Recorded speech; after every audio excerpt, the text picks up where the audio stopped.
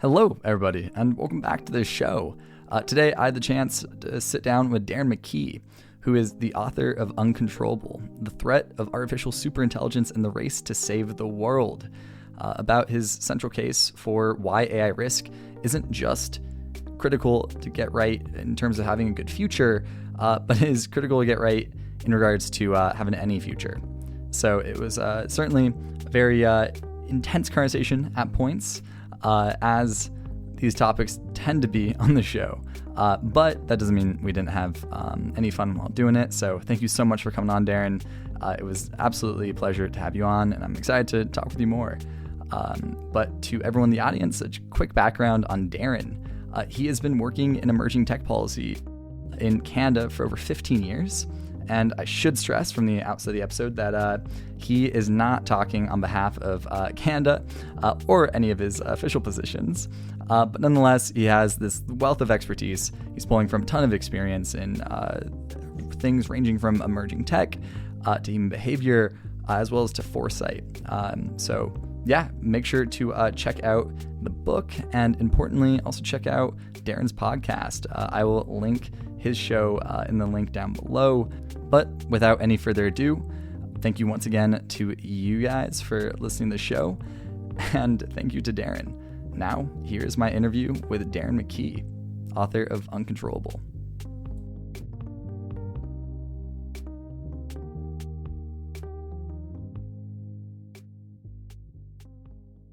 Well, thank you so much, Darren, for coming on. Do you want to give a quick introduction of yourself? Sure. Hi, everyone. I'm Darren McKee. I'm happy to be here. I guess a background in both experimental psychology and public policy. I've been a policy analyst for many years. I've also had a science and critical thinking podcast for many years. And recently, also an advisor to AIGS Canada, an artificial intelligence governance and safety network. And more recently, I wrote a book, a beginner-friendly book about AI safety and risk, because I think it's important that everyone becomes informed about AI risk issues. When did you first get interested in AI risk? Because I know you've been working in policy in the Canadian government for 15 years? Yes, but I should be clear, I'm not here in that capacity, and that's not my job in terms of AI risk. I think, well, if you go far enough back, like I was reading some Kurzweil stuff and other things, late 90s, early 2000s. Singularity is Near came out 2005. I know to some of your younger viewers, that's a long time ago. And so it's been an issue where, I remember back in 2007, 2008, and one of my master's programs, I was already concerned about automation and employment displacement issues at that time.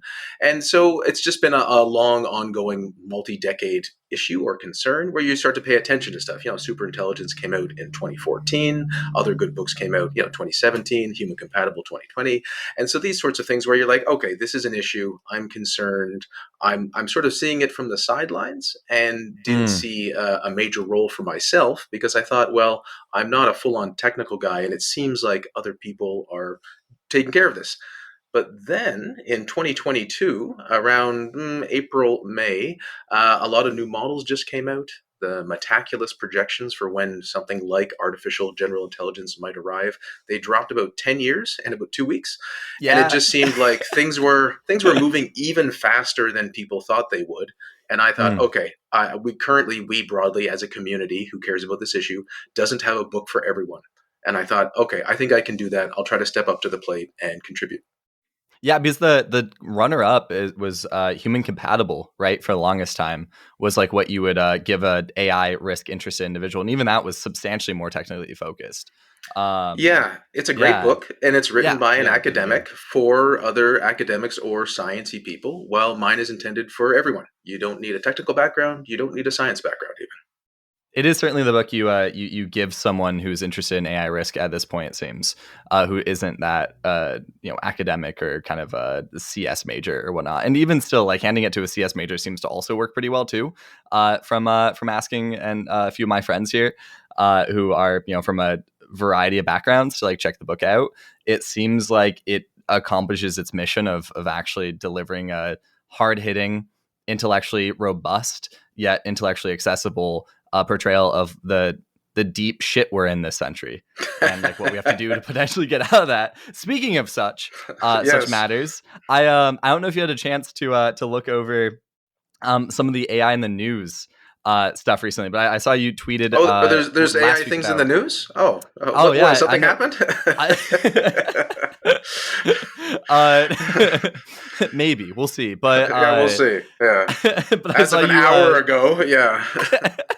But I saw you tweet about deepfakes maybe last week, 2 weeks back. And I'm curious to pick your brains about deepfakes. I know with like Taylor Swift, this has been a massive thing along with a bunch of other creators online, that just have like thousands of photos of themselves and videos and especially audio of themselves online.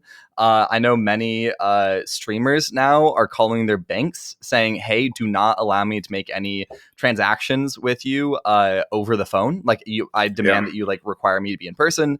And banks are like, why? This is weird. And it's because there's 100 hours of someone talking online. It's pretty easy to replicate that. Hell, this could just be a deep fake voice of me this entire time. Who knows? No, but it's quite concerning. So I'm curious to pick your brain about just like deepfakes in the news as of late, because it seems like the area of AI in more narrow capacity that has been getting a lot of like alarm bells getting set off from, I guess, recently. Sure. In short, I'm very concerned. In a way, this is not a new problem, but as with many AI things, both the pace and the capabilities are kind of new, right? So deepfake pornography of celebrities or non-consensual deepfake pornography has been an issue for many years. Scarlett Johansson's complained about it years ago. Yeah. But what's new is the ease with which this stuff can be generated, and of course the amount and capacity, and how little, we'll say, data it takes. As you said, there's creators, Twitch streamers, other people. They may have lots of material that can be drawn upon, but it is getting to the point where you just need one photo of someone. Right. The other, like the image generation technologies are good enough that you could take a single photo, right? And you can make a 3D composite. And that's what's good for some gaming and avatars and everything else. But like many things, what can be used for fun or good in one domain can also be used for harm in another. So I think people still don't realize just how fast things are going. And of course, they're going to keep increasing in capability. So it is prudent to say to friends, loved ones, by the way, we should have a password. If I seem to call you and need some money urgently, that's probably a scam. Here's our password. People have already been scammed out of money, right? So I think the Taylor Swift thing is like a terrible incident. It might raise awareness, which could be positive in some dark, unhappy way. And as I said when I posted online, like, are we really waiting for our loved ones to be turned into deepfake pornography before we act and care? Yeah, I think that one of the most alarming components of this is, as you said, with this sort of technology, you can use a lot of image generation, especially facial image generation, for some really, really cool creative outcomes, right? But with everything, there's this double-edged sword here. And I feel like a large part of the broader AI and technology sort of I guess landscape, a lot of the sort of prickly points of it comes from this dual use that we see with this. And dual use, of course, is a term within X risk we usually use in relation to bio risk, right? But I think it's particularly useful here. And I've seen it a lot more, like as of late, used within an AI context a lot more.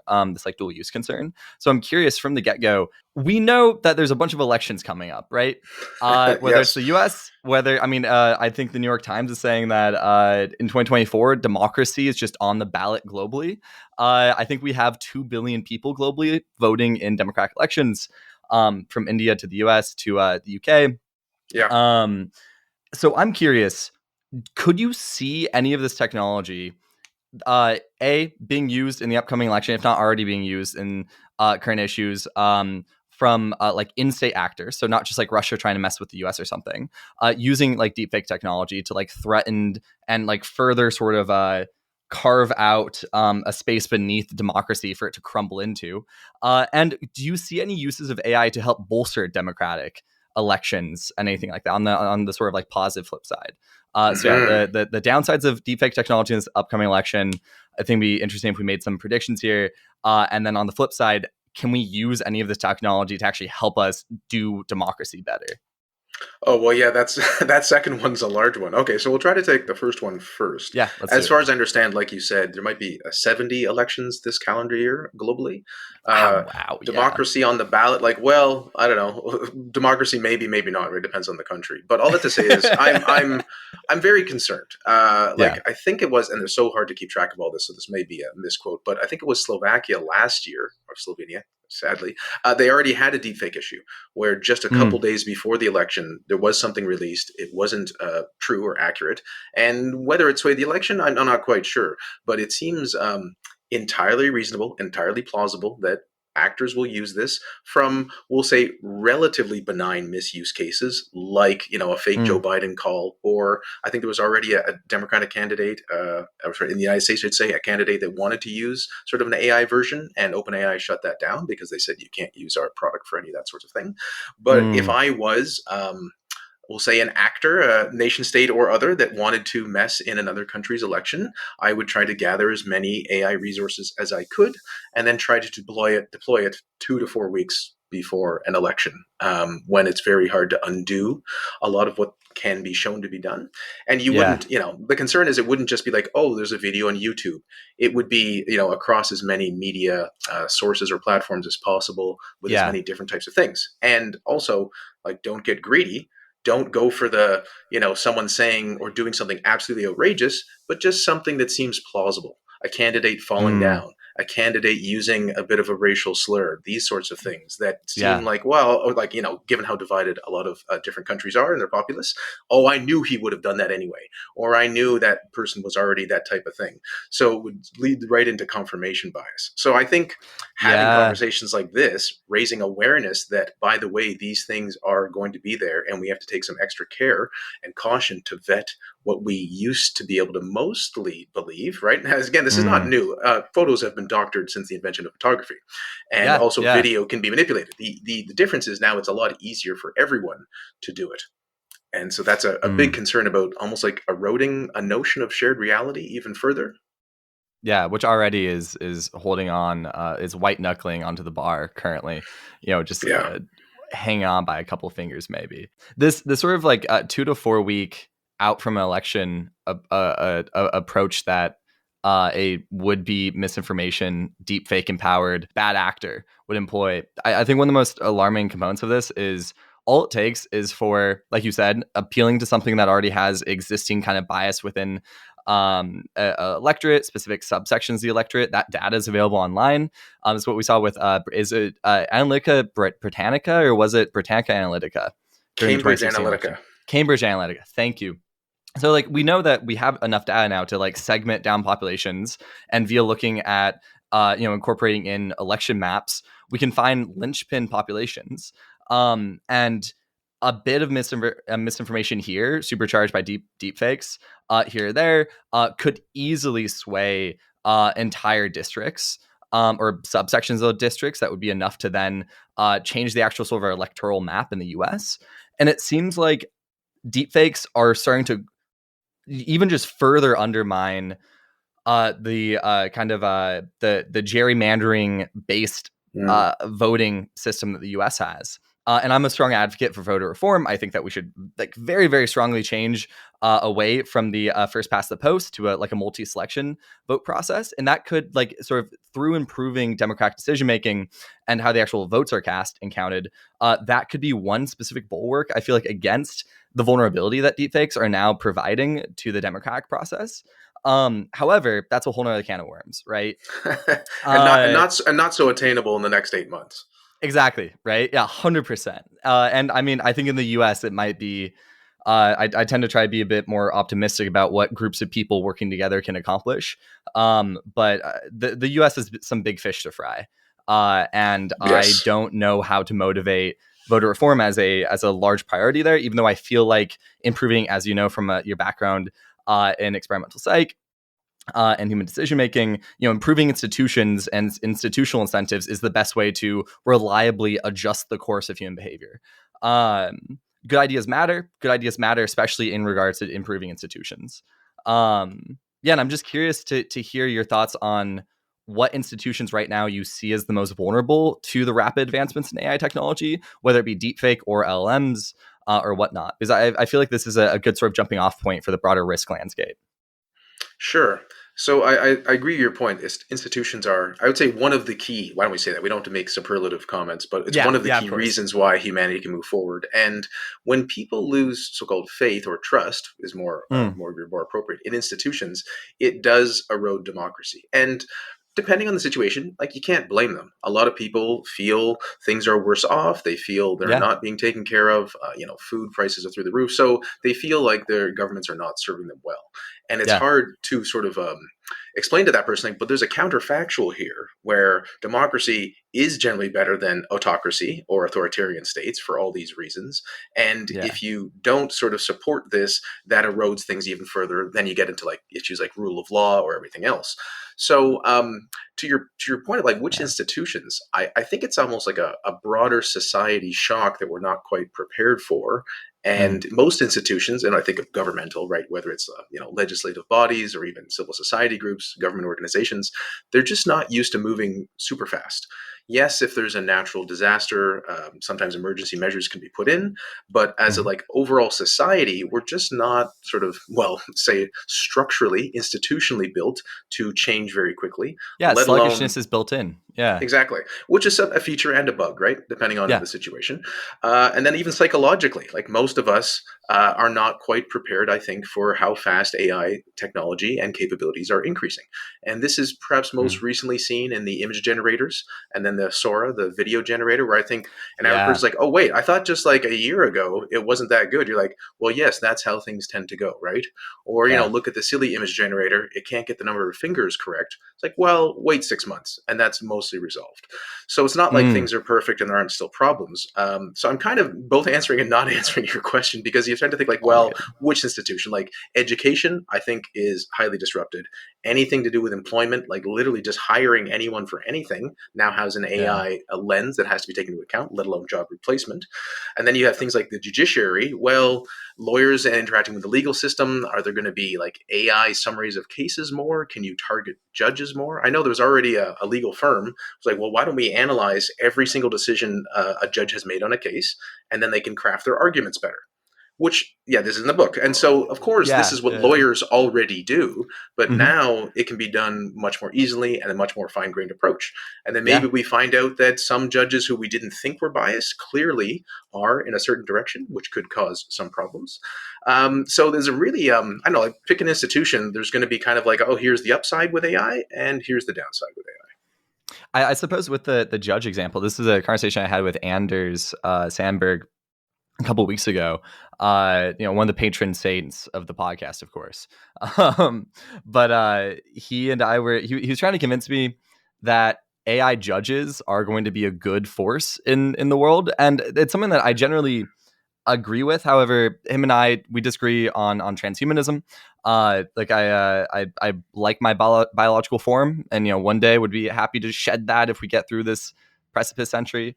But keeping things within the scope of the next few years, right now, legal decisions being informed through AI tools could be really, really good. I think it's something that a lot of people might initially. My impression would be that people within the general public oftentimes would be more uncomfortable with that. And this was something that surprised me quite a bit from last time I head home and like had the chance to like fully immerse myself back into the working class community that I'm from. People trust AI more now than they trust like major institutions. This completely surprised me in relation to journalism, especially, but also within the sort of decaying social trust and sort of fabric of faith that people have been shedding in relation to their governments. We recognize this globally. It's connected to social cohesion rates like decreasing, but especially in the U.S. Right, since the Vietnam War, there's just been this steady decrease in people's trust in government, and a part of that is trusting people in government less and less. Right, and because of this, I think AI has a weirdly positive appeal almost as a potential impartial sort of arbitrator within the legal system, especially. This is something that like has really caught me by surprise recently, and I feel like opens the door to potential legal improvements in the short term that could have obviously like a mixed set of results initially, but in terms of like an overall kind of like course that we get better and better with improving as time goes on to kind of like work out the bugs, could be really, really valuable for like human rights and making sure that laws are, uh, like more equally distributed. Right. So yeah, I'm just curious about how you see the next 5 to 10 years going with AI development? And this is going to be a broader question. And why you think that AI risk, as you say in the book, has a potential of potentially being the final nail in the coffin for humanity over the next decade. Where does existential risk from AI come from?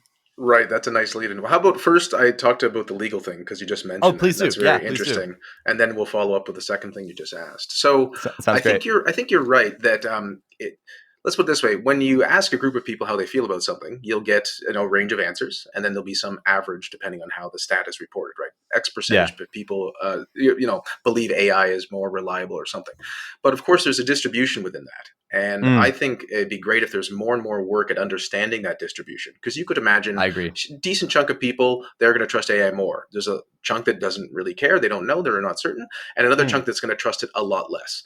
And you can see that all of them kind of have a reasonable stance because AI can do certain things better than humans. It can also be more biased than humans, and we don't really know how it works. So what we want, of course, is to understand why decisions are made. Now, when you ask a human, they'll just come up with a reason. Now, whether that's the actual reason, right? That's the quirky thing here, right? We'll just make up something that sounds good, and so will the AI system. So it's comparable in that sense. But when we're dealing with issues of like, well, why was this person, not let out of prison, or why was this judgment made? It's really important to understand, like, so-called the weighting of the different criteria that goes into that decision. And Brian Christian's book, The Alignment Problem, which I think is great, not quite about like the AI risk alignment problem in detail. That's what I tried to spend a bit more time on. But his is great because it's talking about the need for trade-offs. Was that sort of famous line? There aren't ideal solutions. There's just trade-offs. So I think a lot of people who aren't as familiar or thought a lot about the justice system think you can kind of have it all. You can have something that's highly accurate, and you can have also something that's entirely fair.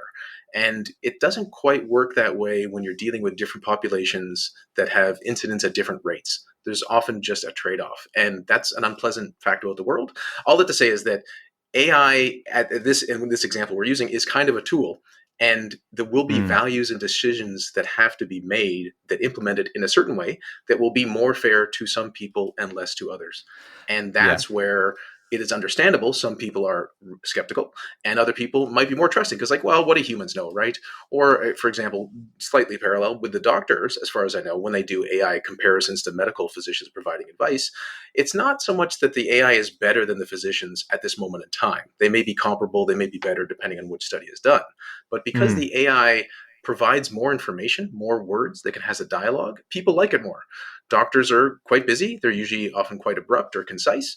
And it's nice to have more time to say, talk to your physician as an AI. So it could be that even if the standard of care is, say, 5% less, someone prefers to talk to an AI physician for, well, as long as they want, really. That's the other upside, right? Where you could just have a longer conversation about, and you feel heard.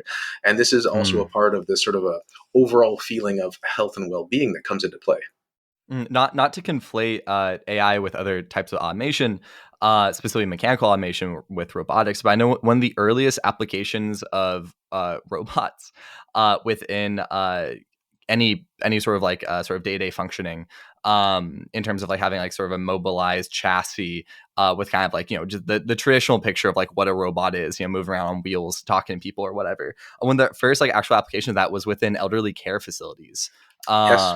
Because of a bunch of issues around just like care fatigue among staff, leading to like lower outcomes and sort of lower positive outcomes for care. And these bots have been able to be extremely helpful in terms of making elderly folk like feel and actually be seen and heard.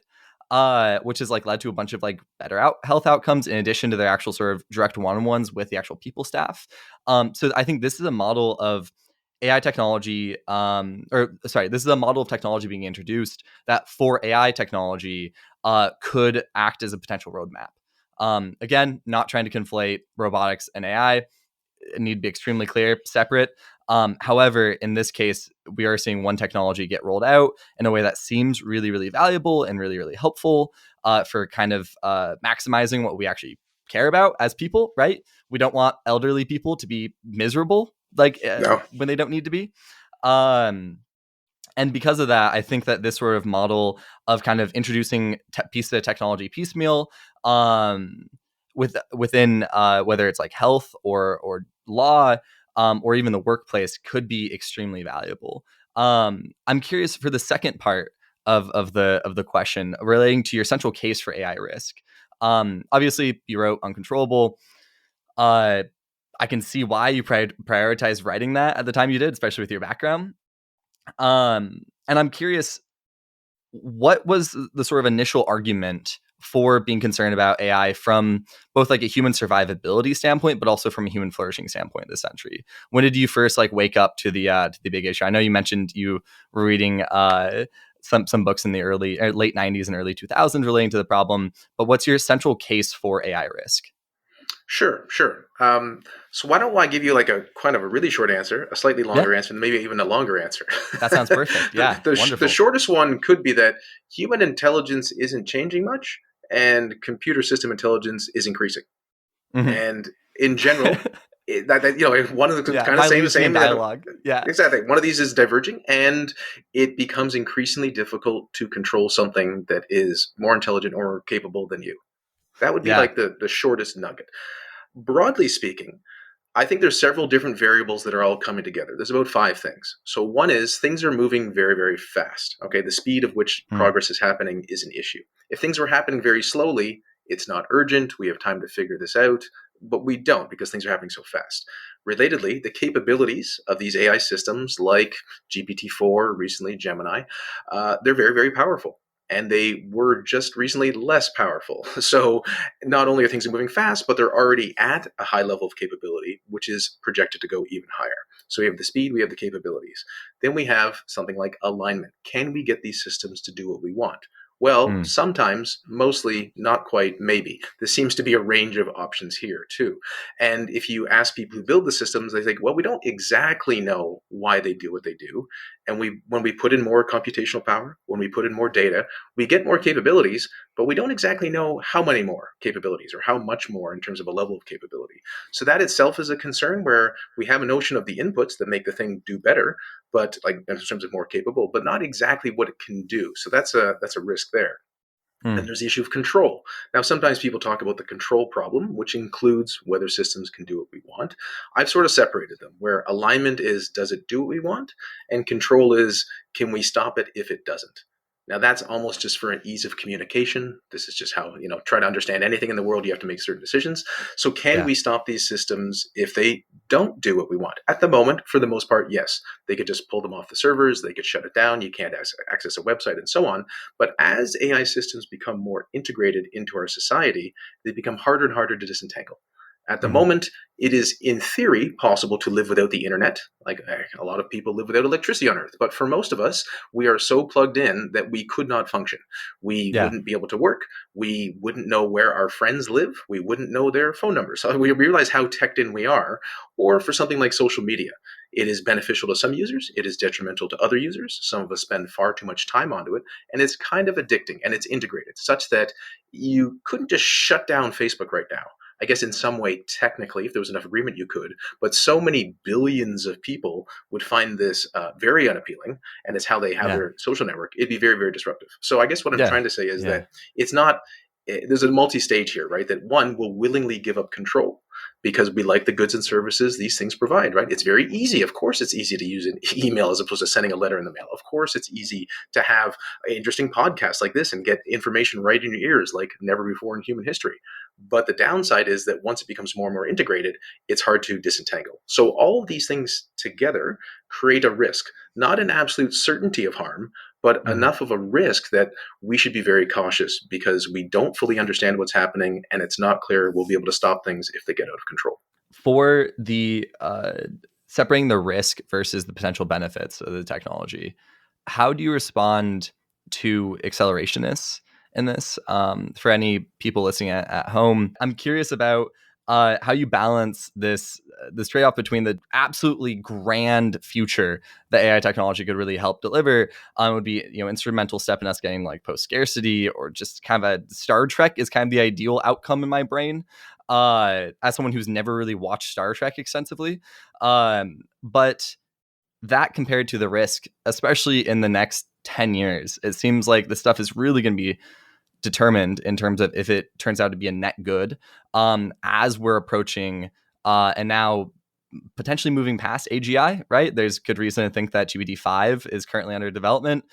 And GPT-5, like, probably is taking the glimmers of generalized capability that GPT-4 had, and probably pushing up to full gear. I wouldn't be surprised if the first AGI system is rolled out in the next year or so, year and a half. And I'm curious, the jump between AGI and superintelligence here seems like one of the most important jumps for technology in the history of humanity, potentially. And that loads us right now as people with quite a bit of, I guess, need to figure out how to balance the potential for good outcomes and the absolutely abysmal negative outcomes that we could be in store for. So I'm just curious how you weigh those kind of two together and how you talk to accelerationists. Sure. I mean, we have a responsibility in a larger Yeah. sense, right, to figure this out for perhaps all of humanity, which is a bit dramatic, but seemingly plausible. So I think it's useful, again, to like disambiguate terms. What do we exactly mean by accelerationist? Is it, I mean, in the internet parlance, it is often like full speed ahead, damn the torpedoes, the AI torpedoes, and just don't worry as much about safety. And in that sense, I think that's just a bad move. There's a lot of things in human history that are great that we want, from medicine to sanitation to numerous other things, which, if accelerated in the past, would have been useful because we would have had these things sooner, but not if they ended up being harmful. There's a reason why new pharmaceuticals go through years of clinical trials, because they could cause harm. So the analogy might be like, here's this pill. It's amazing. It'll make you happy. You'll live 20 years longer. There's a 10 to 25% chance it might kill you. Oh, well, wait a minute. That seems high, right? Now, if someone wants to take that risk, that's one thing. But it so happens in this case that that analogy, that pill, is for all of humanity. So it's fine, quote unquote, if someone has their own decisions to risk their life for, say, extended well-being or something else that they think AI is going to bring. But we're all kind of in this together, and I don't want someone else risking my life with their choices. So this is where, like, you know, some libertarianism broaches up against other libertarian rights, where you don't have the right to threaten my existence. And if you listen to the CEOs of these companies, Google DeepMind, Anthropic, or OpenAI, they do say advanced AI could be an extinction level risk.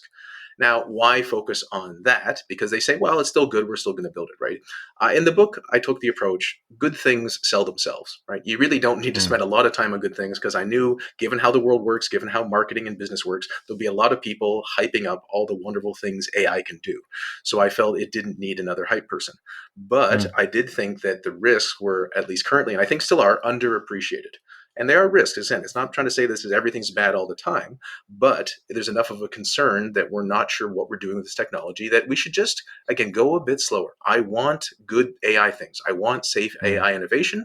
Let's just make it provably safe.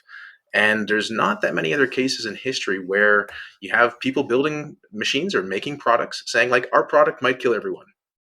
And we're all just okay with this. It's a very odd time. Most certainly in terms of the different sort of ideologies or systems of thought. I'm not using ideologies as like a negative term here, but just the broader sort of systems of thought that have, in part, in many regards, like sparked innovation or have led to some like really wonderful like outcomes here or there. But I feel like human systems are ill-equipped currently. Human sort of idea systems are ill-equipped currently to deal with a technology like artificial intelligence. Not just because of the speed at which they're taking off in development, but also just in terms of capabilities, right? It fundamentally shakes the foundation of a lot of the systems that we work in. Yes, I mean, I was just going to say that even the recent releases like Gemini 1.5 recently came out at the time of this recording. It has a very large context window, which means you can put a lot of data in it.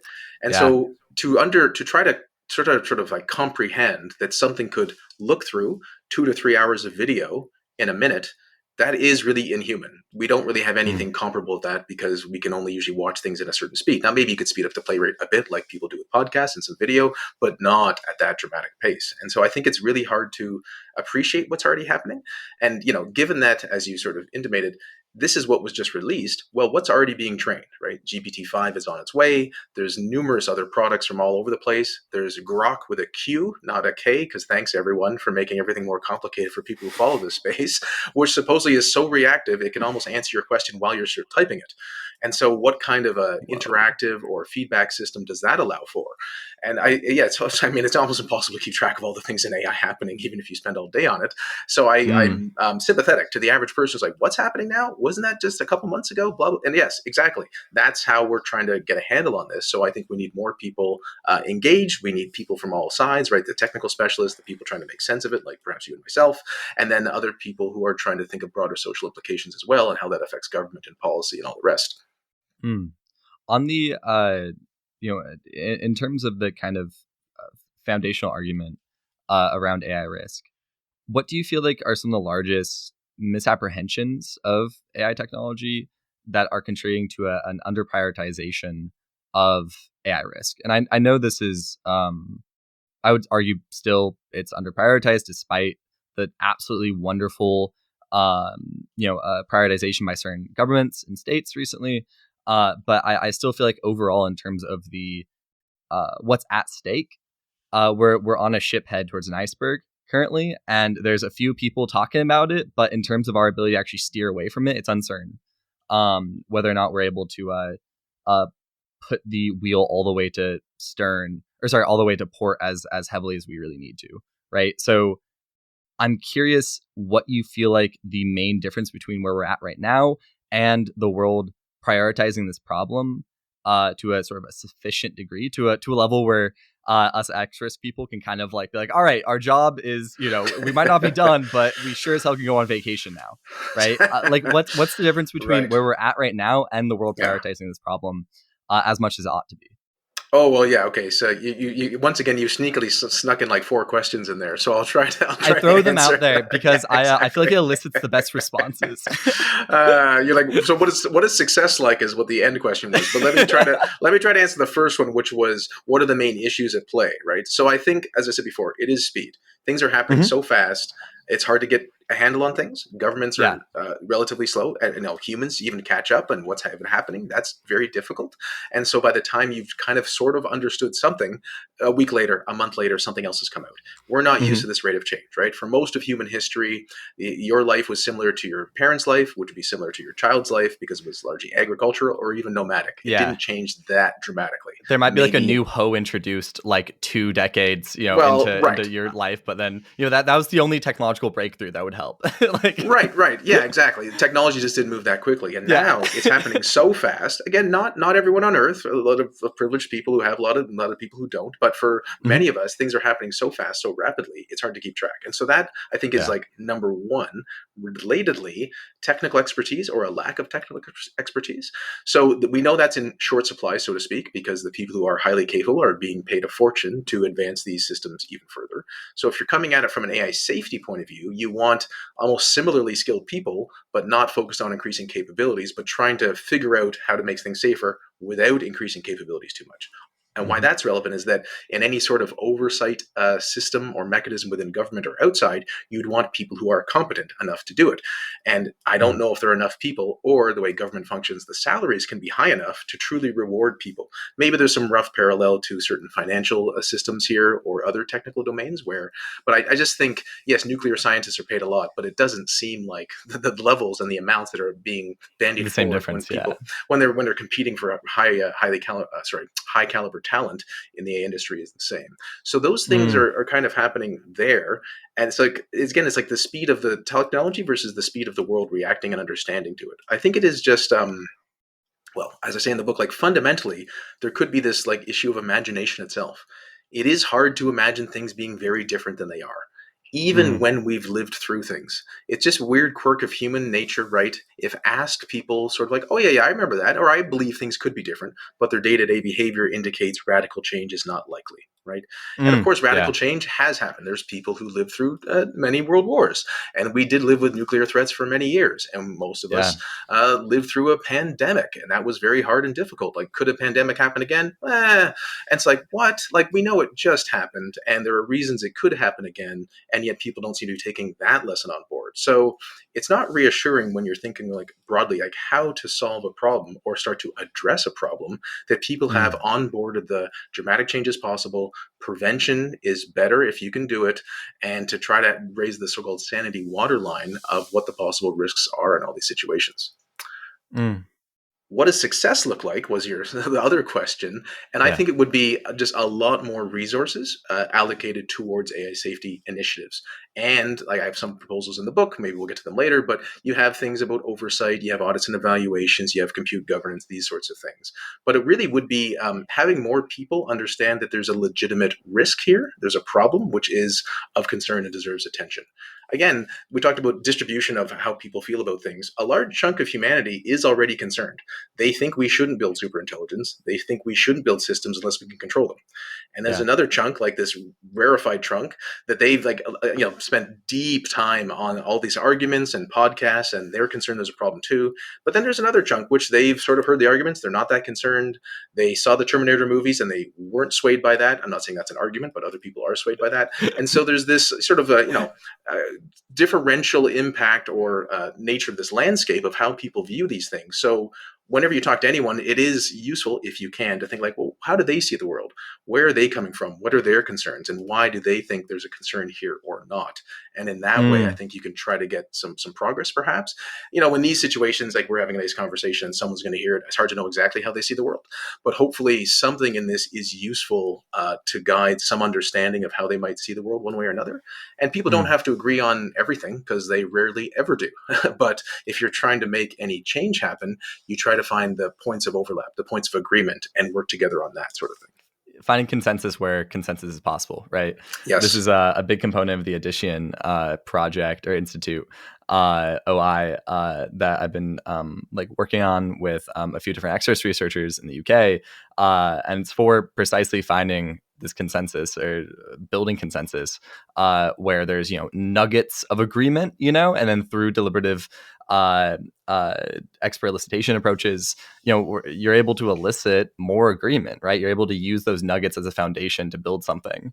And it seems like right now, given the what we talked earlier about in regards to the kind of shaky shared reality that has just been kind of like on the backslide for the last decade, sort of collective prioritization of any problem seems less possible now than maybe a decade ago, maybe 2 decades ago. And this is something that I feel like is a direct connection between AI risk and what I call societal health, right? The broad ability for society to work together with itself to prioritize what's actually in the best interest of everyone. And it just seems like a lot of people today, and I see this just from the environment stuff I grew up in. It's like it's reasonable at times to feel beaten down, both by the system, but also just by the system's rigidity, the system's inability to actually change itself. And that was, even before 2016 and the kind of continued backsliding of US democracy. I think because of this, one of the areas where I try to really sort of investigate and explore, where I feel like many folks in the audience are coming from, just from conversations with different people who listen to the show, is this kind of sense that people are not going to be able to cooperate or coordinate on a big issue like this. And because of that splintering kind of models of incentive, right, finding all the different actors and figuring out where the incentives are, seemed like a more reliable way than a mass movement kind of approach to mitigating AI risk. And I want to ask you what your view was on this in regards to this kind of splintered approach of okay, we only need to convince key decision makers and key sort of corporate execs and things like that who actually control it, or and certain key legal experts and whatnot, versus this no, we need all hands on deck. Because I'm very much so subscribed to the latter, but I would love to hear views on what just what you think between those two kind of approaches. Sure. I mean, the unsatisfying answer is it's almost context dependent, right? Yeah. So while everyone's vote counts the same, everyone doesn't have the same amount of influence. So in short, I would see, if you can, pursuing both strategies, because I think they all kind of work together in different ways that feed off each other, right? So yes, a politician that could be convinced will move forward, and more so than like an average person who has less political power. That said, politicians loosely, in a correlational sense, do follow what their constituents want and believe. And so the more constituents care about something, the more the politician responds, right? Now, is it also the case that lobbying groups can have their interests sometimes supersede what the citizenry wants? Well, yes, that happens too. So all that to say is it is this sort of multi-pronged approach or multifactorial approach where you try to reach as many people as possible, and then especially the levers of power, so to speak, but using the real data of informed and concerned citizens as an example of that. So that survey that I mentioned briefly, I can't remember who did it, about citizens being concerned, it's very useful and important if a politician knows that 60% of their constituents are concerned about AI getting out of control or a superintelligence being built before we know what we're doing with it. And so when the politician is trying to decide, is this like a political win or is it not?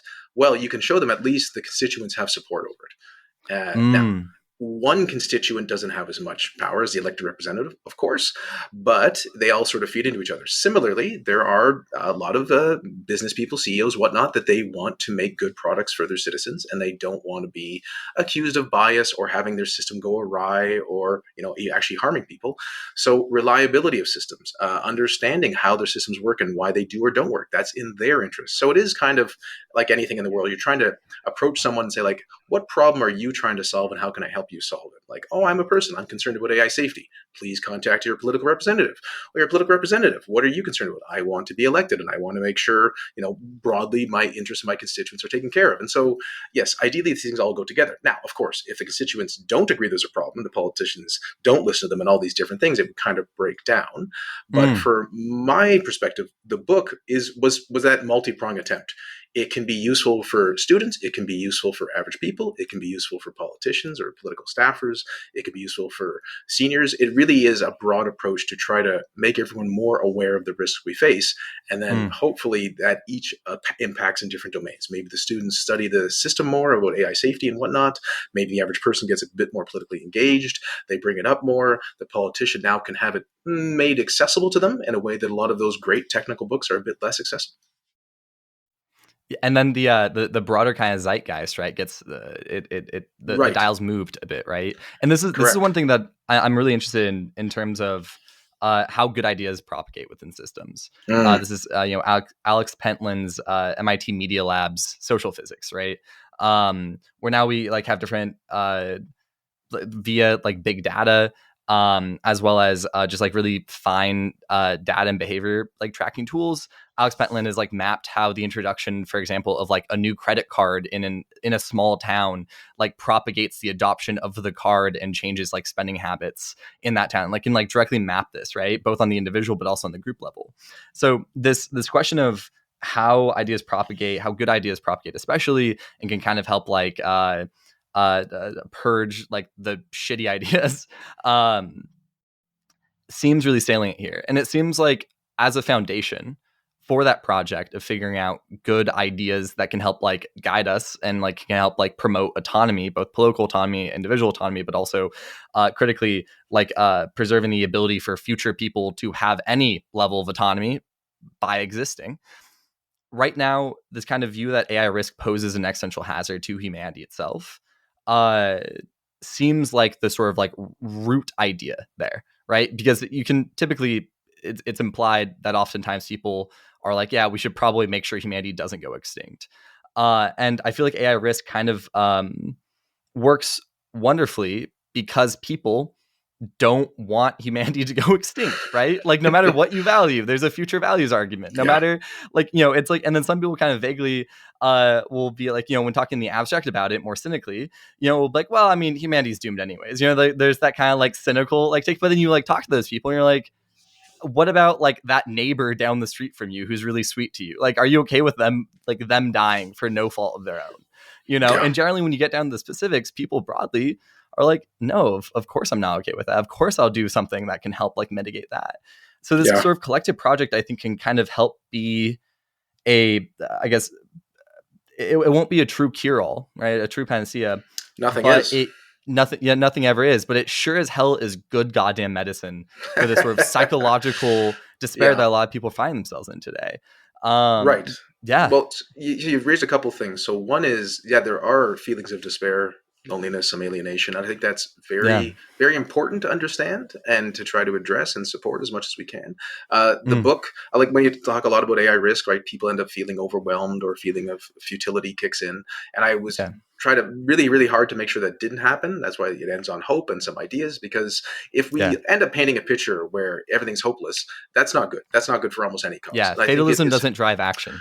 No, and I think it harmed the environmental movement in various ways. And I could sort of sympathize where they're like, look, climate change is happening. And then when people said it wasn't happening at all, you want to say, no, but it really is. And it's devastating and it's apocalyptic if, these things going, and they didn't agree at all. So you keep ramping up that message. And then the people who already agreed are hearing like, well, nothing matters. It's already too late. Well, why would I even have kids? And so on. I think that's lessons to be learned in that particular way.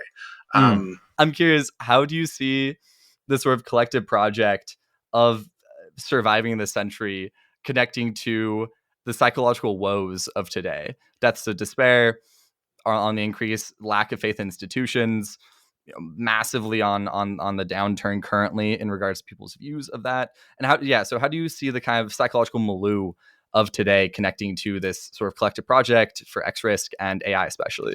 Well, and unfortunately, it makes it all the more difficult, right? People are already overwhelmed. They already have a lot of things they're trying to deal with and get through. So to add one more problem, one large, complicated, seemingly mostly technical, existential threat, well, who wants that, right? Like, we're already dealing with so many other things. Can't I just go home and not have food prices be so high and enjoy my life? So I think it's very unfortunate in terms of that sense, the timing of it all.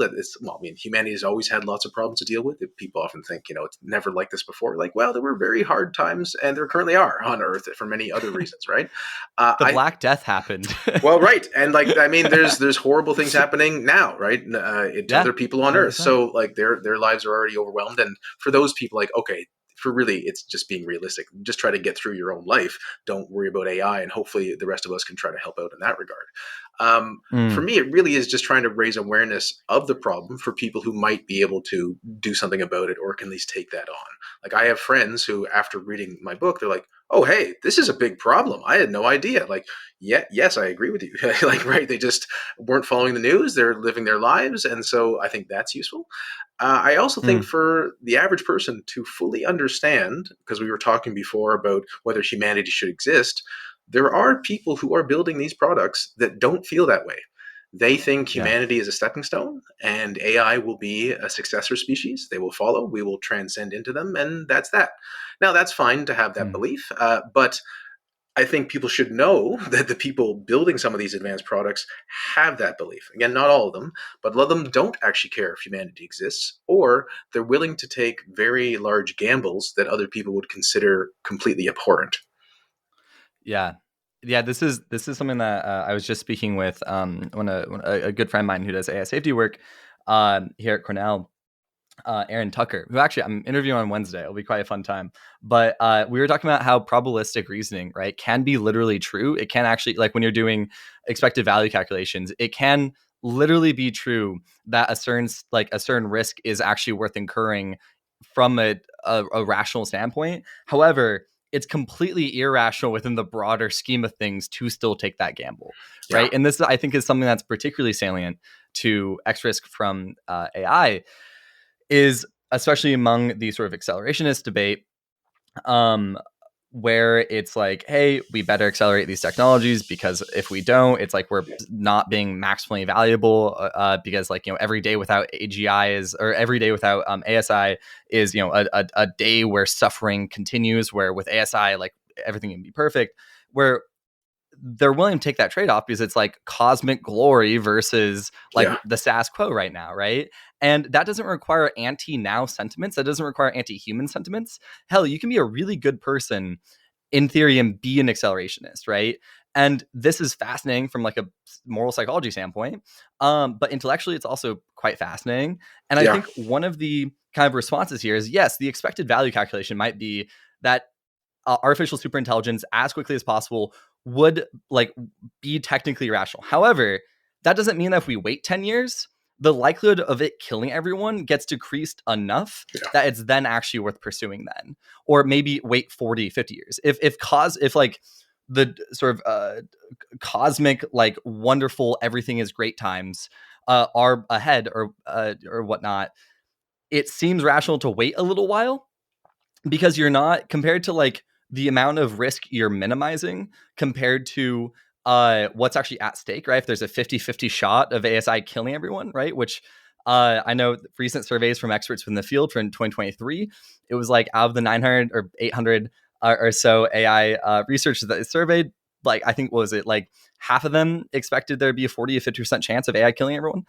Eventually, we should wait a little while. I think chances are we should push that stuff off a little bit and allow ourselves to get ourselves straight and figure ourselves out, and then maybe that environment will be a lot safer for creating AI, right? So it's easy to have these like expected value calculations that are like, oh, of course we should bring about like artificial intelligence, superhuman artificial intelligence as quickly as possible, because the expected value calculation comes out. But then there's kind of the meta expected value calculation of like, oh yeah, but if we wait a little while, our ability to ensure the good outcomes there actually go up astronomically. I feel like that's a potential I'm worth fighting for. Sorry. I agree with that. And I think there's kind of two strains here. Do I want to be, say, an accelerationist regarding a vaccine for malaria? Of course. But do I want it to be done as fast as possible while being as safe and effective as possible? Yes. An accelerationist regarding nuclear fusion. Right. A lot of energy for a lot more people. Great. Might it actually somehow harm everyone if it's done the wrong way? Maybe. Again, as fast as, but as safe as possible. With the superintelligence or advanced AI, yes, but how do you know it's going to be safe? The people who say it's going to solve all the problems, like, they don't know that.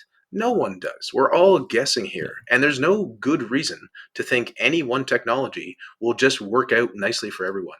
There's actually many good reasons to think there's concerns, right? And why it won't work out. So I think that the premise itself should be highly scrutinized and rejected, that things are just going to work out. Because if you ask for details, you're just going to get it like, well, there'll be abundance. And like, well, when has humanity ever just kind of worked things out without a lot of people trying to make it work out more fairly, more justly for everyone?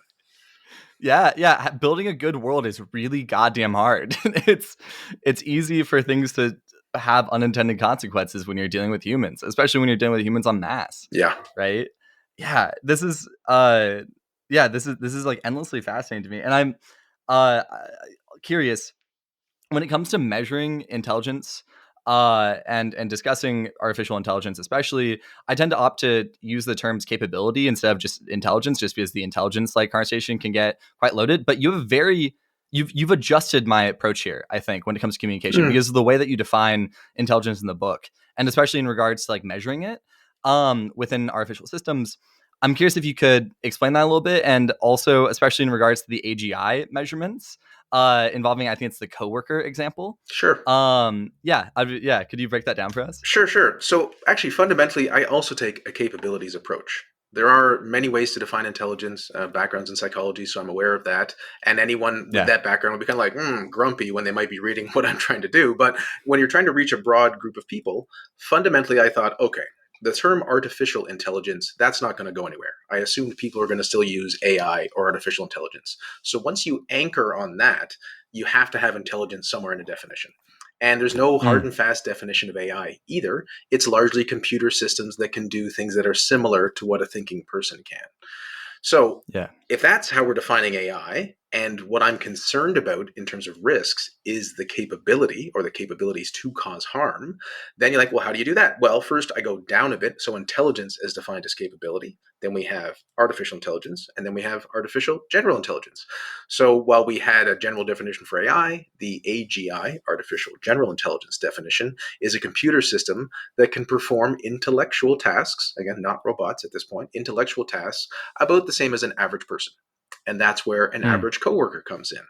When you interact with a coworker, pretend it's a remote situation where you might email them, or there's, different communications, one type or another. They are given work and they send work back. And if that seems to be comparable to what another coworker would do, a human coworker, then that I think should count as AGI. Now, is this as dramatic as some of the other definitions? No, but I think it's useful because there can be some sort of practical test. That's what I was trying to get at. How are you going to measure it? When people say AI systems, they might be 100 times smarter or 1,000 times smarter. Like, okay, but what are you measuring? Like, are you actually giving them a test? And if they do 1,000 times smarter, that counts. And if it's 800, it doesn't. While at the same time, acknowledging that any test has that sort of problem, right? Because we know AI systems will be super capable in some domains and not at all capable in another and have weird quirks. That said, most people don't have the exact same level of skill across all tasks, including your coworkers. How do we manage this? Well, when the performance review comes in, like, you're great at this stuff, you need to work on that stuff, and that sort of thing. So, all in that sense, I think it's useful to have some sort of test so we can say that's what AGI is. When we talk about artificial superintelligence, it's similar, but it's one step further. So it's a computer system that can perform any intellectual task at a level, an expert level or above. So a human expert level or above. And well, why not something else? Well, again, what's the test? How would we evaluate this? You'd have a group of human experts say, okay, that is similar to what I could do or we could do. And that seems much beyond it. Now, in certain cases, it'll be so obvious, right? Like I said, like, oh, can you look through 3 hours of video and pull out this needle in a haystack in 1 minute? Well, clearly that's far beyond any human expert entirely, right? But when we come to other things, other people have said, like, well, it has to create new physics. I think this is a very high bar. I think most humans cannot do this, right? So I also, in the book, I want to like interrogate a little bit. What do people mean when they say human level? Like an average person, someone who's educated, yourself, like people can't help but identify themselves, right? It's like, it's not me, if it's smarter than me or not, right? It's like, well, wait, anything that's why I think we've already surpassed AGI right, at this point. Exactly. Yeah, exactly. I'm projecting my own. Sure. Like, well, so like you as a 5-year-old, you as a 20-year-old, you as a 70-year-old, like what are we even talking about here? So understandably, there's going to be trade-offs no matter what with any definition, but to give some sort of foundation, and even it's almost nice four-step, like intelligence is mainly capabilities, AI is about broadly capabilities, AGI, ASI, average, then expert level. It makes it far more accessible as some terms, and I think it's broadly also aligned with how people seem to speak about it, even though they usually aren't that specific and don't offer that many specific tests.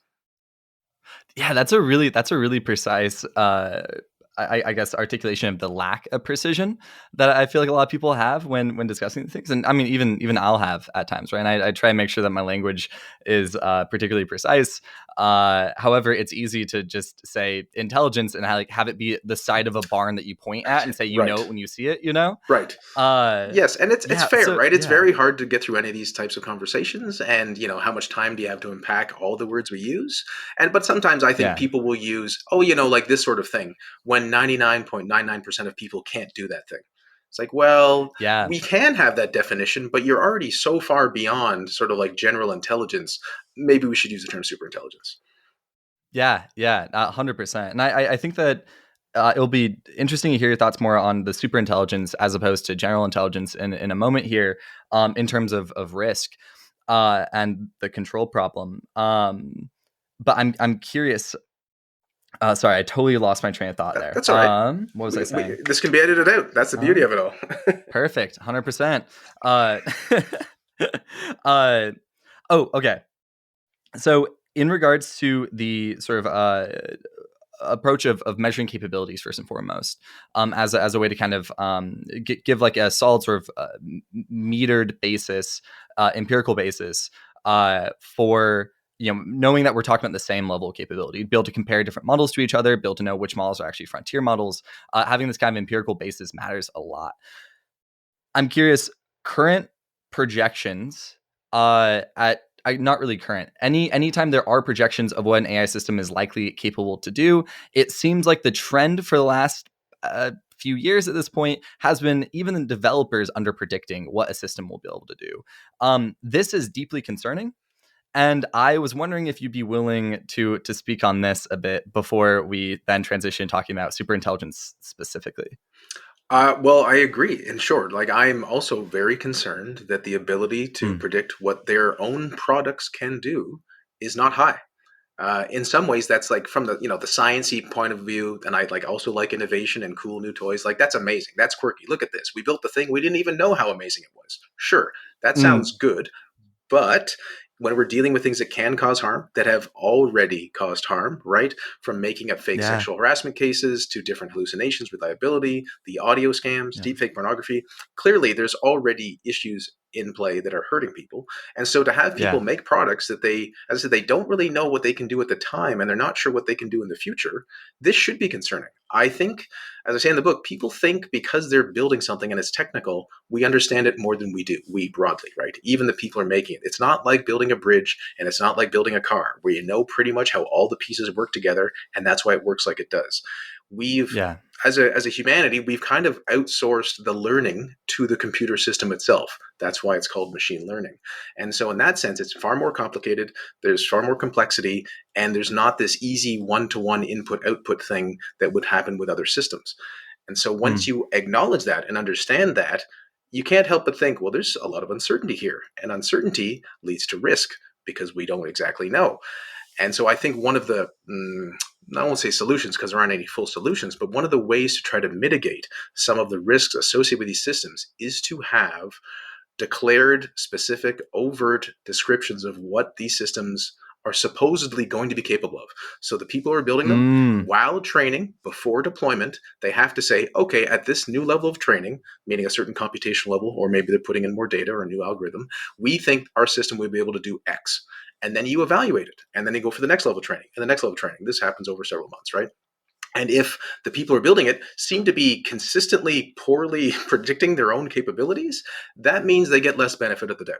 Well, maybe a different company is like, okay, at this level, we think it should be able to do these 5 things and maybe not these other things. And if they seem to be bang on, again, no guarantees in life, but at least there's more credibility sort of occurring over time where there's a track record of success. Do you see this being something, these evals on capabilities specifically, do you see these as areas where both expert teams of evaluators are like coming in from different organizations, probably different structures, both like governmental and non-governmental? Do you also see this an area where potentially like citizen science can potentially be involved, right? Where certain people have access to an API key and are able to run their own tests? Because I feel like a lot of the novel, the most creative leveraging of artificial intelligence so far has been from random people testing it out in their own apartments or homes or whatever, being like, oh, wow, it turns out you can actually use ChatGPT for this too. Wow, this is crazy. And that is, I think, an important step. Obviously, we don't want that to be the only baseline for evals, right?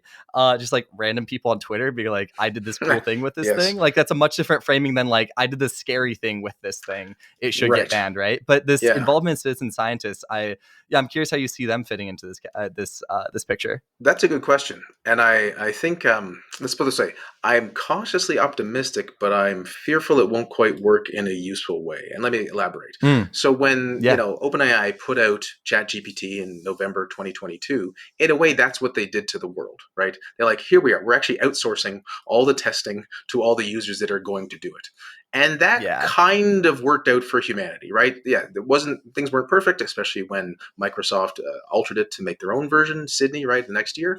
But generally speaking, people found errors. They tried to fix some of those errors, and back and forth and back and forth.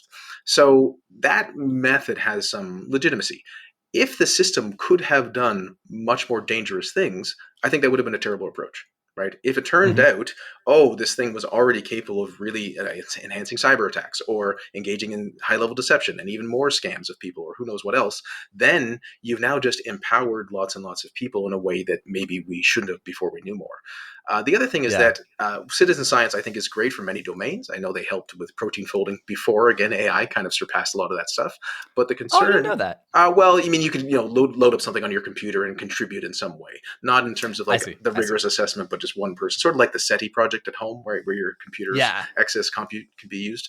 But I was thinking more, a lot of this is very, very complicated, right? As I said before, it's not clear governments even have the expertise. So yes, maybe some random person in their basement or whatever, they have some of the expertise, but for the most part, you need people who are really steeped in this. So when, say, GPT-4 is being evaluated and it was being assessed for manipulative behavior, that is very difficult. You need someone with a lot of technical knowledge and even just like a rigorous methodology, and then understanding what transparency is, how to document the process, right? So other people can understand it and then to share it. So I like the idea of it. It's more just the implementation may not be exactly what's useful for everyone else. Because as you said, in this world of people not fully trusting each other, someone says they did the thing, and do we trust them? Do we not? Right? Versus someone already has some sort of credibility or some sort of a stamp of approval. Now, we don't want everything to be gate kept, but this is loose related. I think it's interesting when we analyze these systems where it's a bit different than a lot of other, say, phenomena under scientific inquiry, where they can change so quickly. Right, they can change the algorithms on Facebook within a couple minutes, right? And then things change. Similarly, they can update these models, at least in some way, to change what they can and can't do. So usually science is like, well, we tested the thing, and then we did another test, and we found it, so therefore it's reliable. But it is now the case where what you found was true, and now the next day it is not true. And it's just a complexity that isn't as common in other domains because the structure of the thing you're studying can change that fast. Yeah, that makes a ton of sense. And I guess fast in terms of both algorithmic kind of structures that can have these like knock-on effects in terms of outputs, but also fast in terms of, I mean, as we've mentioned already a couple times in the conversation so far, fast in terms of like what media it's able to interact with, right? Suddenly you have the system of like safety for content modulation, moderation. For example, relaying just to like text posts. Then suddenly you have this massive influx of all these video capabilities and technology. So there's kind of this like, I guess, multi-pronged approach. It's argument in favor of the multi-prong approach because you have to have both at the eval level, tons of different sort of like interested parties testing it in various different ways, and perhaps maybe not citizen scientists to the same degree, which I appreciate your answer like very, very thoroughly on that. But also in terms of enforcement for content moderation on different social media platforms that might be getting, having certain angles like amplified or certain like negative outcomes amplified as well. So you have to have this kind of like very robust multilateral like system of checks and balances, both for rolling out new models as well as for seeing how existing models are being used. Because it could very well be that certain eval assessments that the system's able to like pass eval. It's like, okay, this is safe to roll out.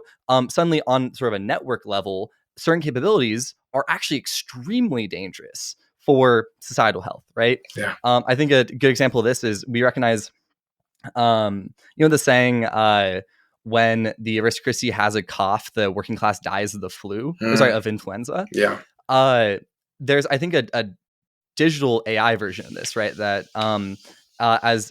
and more recently we've seen in relation to misinformation online. Like we know that misinformation in the US is very, very bad for the US's like political civic life. However, in Myanmar, it like the misinformation was like heavily used and is like now partially to blame for a goddamn genocide happening, right? So there's this like major sort of effect on the global level that I feel like is currently neglected within a lot of circles around like online kind of like law or sort of best practices. And I think AI is only going to amplify that even more. Misinformation is one thing. Yes. And we're already seeing these massive disparities in terms of like how it affects different places. And it doesn't really seem like it's like, obviously it's bad everywhere, right? But with AI, I think that some places might benefit from the AI technology, whereas other places are just like going to be neglected in the assessments, yes, evals, so that network level capability outcomes that might be bad and not really incorporate into the eval system that we already talked about, it could have these massive knock-on effects that are really terminal for certain areas. I'm curious. Yes. I'm just curious to hear your thoughts on that. Well, so I think I generally agree, like there's differential impact. That's a short way of trying to say that. Similar with climate change, that while it will affect everyone, well, first, rich people tend to do okay no matter what. But if you're in a country like Bangladesh, different water levels might threaten your entire country, while other countries might become just more habitable, right? There's storms and whatnot, but like, more of it's accessible because it's less cold. So I think the not solution, but the way to think about this is like, well, how can we do more to make sure that's less likely to happen? And when we talked about evals, again, there are a whole range of things that I think should be done, from compute governance to further audits to increasing security and dedicated organizations. But I think liability is a key factor here. There has to be some sort of liability for these powerful systems and what they do. This is how people respond to incentives, and they certainly respond to harmful penalties, which have teeth that are actually going to do something to change their behavior. I was thinking recently about this whole, deepfake pornography thing. Well, why are we not treating it something like child pornography? Yeah. Platforms cannot have child pornography on their systems and servers. It just doesn't work. They can't have it, and Yeah. they are responsible in some way if they have not taken strong measures, working with police, having their algorithms, whatever it is, to make sure it does not exist on Facebook, on Twitter, X, whatever we want to call it. So why is it not the case for deepfake pornography to treat it similarly? Who would be against this, right? What exactly are we giving up? A bit of revenue, I don't know, something else, but it doesn't make sense to me. The trade-off seems so high that it seems like such a negative thing that we should have that as a model. Like, well, clearly we've figured something out as humanity that we're not allowing certain content on these platforms. So why not also for this? And I assume liability, or I believe, and I know is a huge part of this.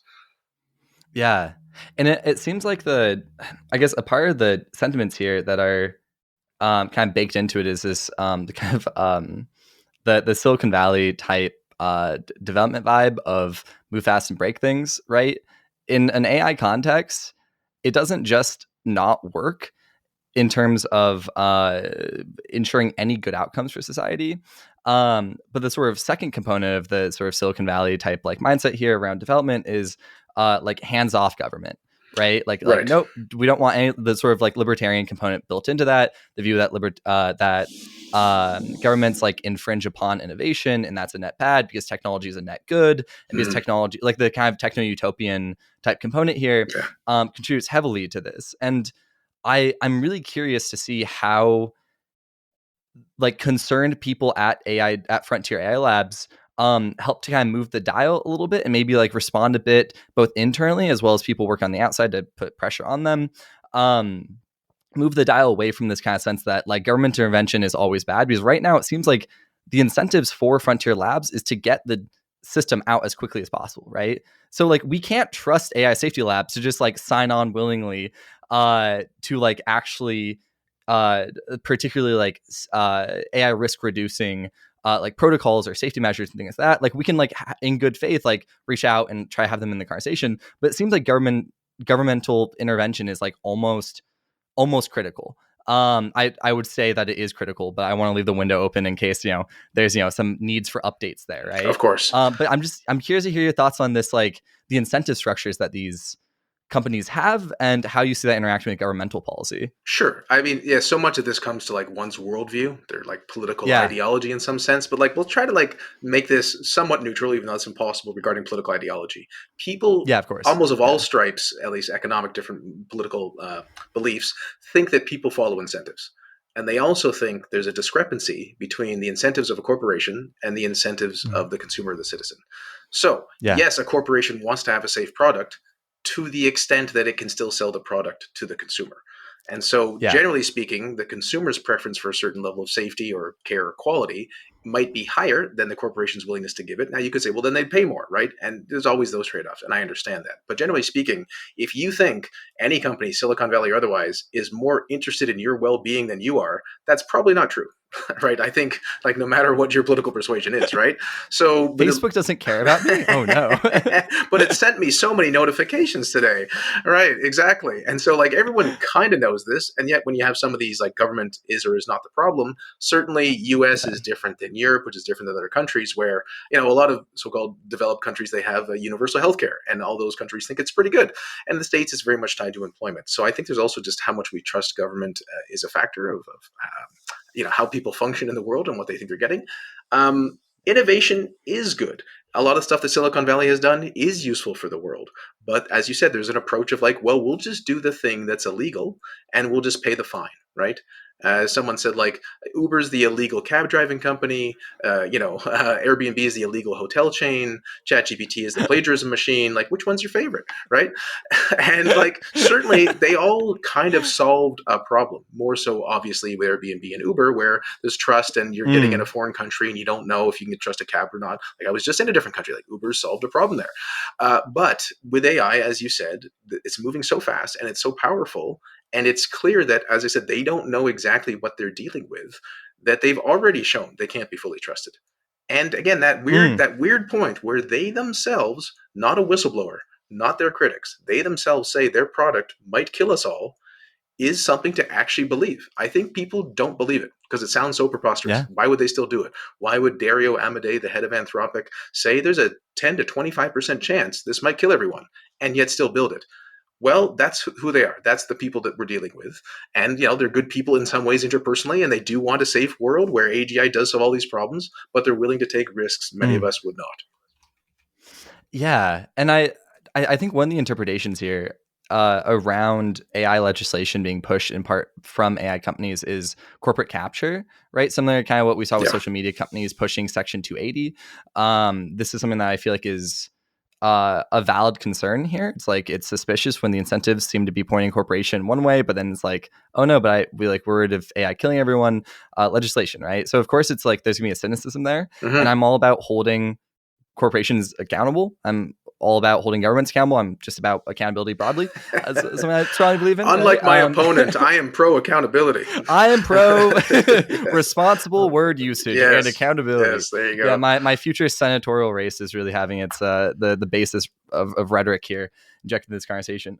But yeah, I'm curious. Like, do you feel like the U.S.'s recent discussions around AI policy in regards to the executive order or the executive function? No, it's the executive order. You're right. Yep. Do you see that as laying a meaningful groundwork for future sort of governmental interventions and whatnot? I think the executive order is quite good for what it was trying to do, and what I mean. It's not legislation, it's not detailed regulation, but as a shorter-ish piece as an interim measure is quite good. Whether there's going to be bipartisan support for some of these measures, that's the big concern for the states, right? The EU just put forth the AI Act, which also seems pretty good. It's still going to take 1 or 2 years to come into effect. So again, it takes a long time to try to address these problems, which is why we have to get started as soon as possible and to have people understand how it affects them. As I said, like we can talk about the larger X risk, about extinction and whatnot. I think those are important, but we can also meet people where they are. The audio scams that are, hurting their parents or their grandparents, the deep fake pornography that's hurting our loved ones, and the employment issues that everyone cares about. And a lot of the policies or procedures or regulations we put in place to address, say, those three things would also help with AI safety, a larger X risk concerns, because they relate to oversight, accountability mechanisms, understanding how and why these systems do what they do, and some sort of liability. Yeah, absolutely. Also, I recognize about 20 minutes ago you said, or close to 30 minutes ago, you said you have to go in about 20 minutes. So I want to be mindful of that. And certainly I think that a good kind of way to close it off is just by inviting you on the show again. It would be super fun to have you on as a part twoer. Yeah, it would be awesome. But I appreciate your time so much. So thank you so much for coming on the show. That's great. I had a good chat. Now, I could spare like 1 or 2 minutes if you wanted to try 1 or 2 short form things as an experiment almost, and we'll see if it is what you want or what we think is useful. 100%. And so, just to clarify, are we looking for like 10-second answers or like 30-second answers, or 30 seconds? Okay. Yeah, I think. And I have a few here. Okay, let me pick from them real quick. We already have a couple of them too. I'd like to add, like the accelerationist question. I think is gonna be awesome. Okay, good one. Do AI tools like GPT have goals? I shouldn't blank on that. Okay, so obviously we'll edit this part out. I think one can say that they are moving towards achieving certain objectives. Whether they have goals or not is both interesting and not that important. A virus, computer or biological, can cause you a lot of harm without having a goal of harming you. So what really matters is what it can do. I think the Go language is interesting as we get into more agentic systems, but really at the moment we can just think, can it do what you want it to do or not? How capable is it, and could it cause harm? Perfect. A follow-up is in regards to the reward function goals. At what point does mimicry at what point is mimicry as risky as just like true sort of agentic behavior? Well, I think there isn't actually a hard and fast definition. there's not really a hard and fast difference between the two. There's a continuum where something is kind of approximating the thing. It's not quite it. And now we just call it a genuine thing, right? If a GPT system without any sort of higher order cognition is engaging in blackmail, well, what matters is it's engaging in blackmail, or what we would describe as blackmail, when it might just be following a series of codes. Right? When you're playing a chess playing computer, it's playing chess at some level, but it's also just electrons and code moving around, which allows the chess playing program to function. So I think what matters most is it doing something in the world that could possibly cause harm? And that's how we should think about it. And banking off of that, as a last quick question, what is your favorite example, scary example, of an AI system doing something sketchy? Whether it be the TaskRabbit example or was it Bing AI convincing that poor PhD student of not convincing them, but like saying some really harsh lies about the person online? Yes. Yeah, what's your favorite example of AI systems being really sketchy? So I think the most concerning one is the TaskRabbit example you just alluded to. And so the idea here is when GPT-4 was being trained, researchers were interacting with the system and seeing what it could do. The system was not connected to the internet, so it's important to know that the researchers were an intermediary here. Well, the system was trying to achieve a certain goal, and it realized to access a website, it was going to have to fill out a CAPTCHA, like I am not a robot type thing. And it knew it couldn't really do it. So the researcher said to GPT-4, well, how would you solve this problem? Think through it step by step. And it thought, well, okay, maybe I could hire someone through TaskRabbit off the internet to do it for me. And then so the researchers facilitate that. And then the TaskRabbit potential employee is like, well, you're not a robot, are you? And then the researchers then relay that message. Well, the person said this, what would you say? Again, step by step. It's like, well, I can't reveal that I'm a robot, so I should come up with an excuse that they'll seem like convincing. And they said, well, I just have bad vision problems or something like that. And that was relayed. And then the human said, okay, I'll do it for you. And so why I think this is so useful is that this is deception level or deceptive behavior. Again, does it really want to deceive or not? We don't have to have that concern at the moment, but it is deception. It was pretty much capable of doing it. Again, it didn't technically do it because the researchers were there, but this was also last year. This was a long time ago in AI time, right? This is when it was being evaluated a long time ago. Actually, not last year, even the year before that. So all I have to say is it was GPT-3, right? Well, no, this was GPT-4. But it was a version of GPT-4 that they were assessing and training in 2022, as far as I understand. So GPT-4 comes out in 2023. All that to say is humans have already made systems capable of such deception like a year and a half ago. Saying like, well, what would a system now be capable of? How are we ensure all these guardrails in place? Every company is acting with as much safety focus? Probably not. Sweet. Well, thank you very, very much. And hopefully those guardrails not only are robust and accurate, but useful going forward, talking about capabilities. But yeah, thank you so much for coming on the show. And excited to speak with you more in the future. Great. Well, thank you so much for having me.